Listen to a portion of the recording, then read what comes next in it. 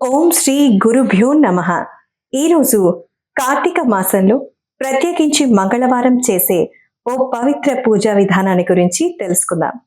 ఎందుకంటే కార్తీక మాసం అంటేనే శివ పార్వతులకు ఎంతో ప్రత్యేకమైనటువంటి మాసం. కేవలం శివుణ్ణి మాత్రమే కాకుండా మహావిష్ణువుని కూడా ఎంతో ఉత్తమంగా పూజిస్తారు. ముఖ్యంగా సనాతన ధర్మంలో కార్తీక మాసంలో దీపారాధన ఎన్నో పుణ్య ఫలితాలను అందిస్తుంది.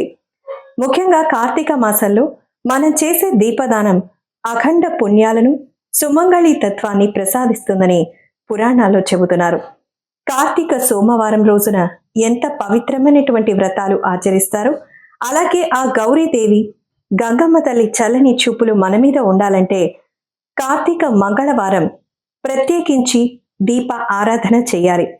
తులసి చెట్టు దగ్గర దీప ఆరాధన చేసి గౌరీదేవిని కుంకుమ పూలతోనూ పూజలు చేయడం ఎంతో శ్రేయస్కరం. అలాగే సుమంగళి తత్వం ఎటువంటి వైధవ్య ప్రాప్తి మన దరి చేరకుండా సకల సన్మంగళాలు, సుమంగళి తత్వాన్ని మనకు అందిస్తుందని పురాణాల్లో చెప్పి ఉన్నారు.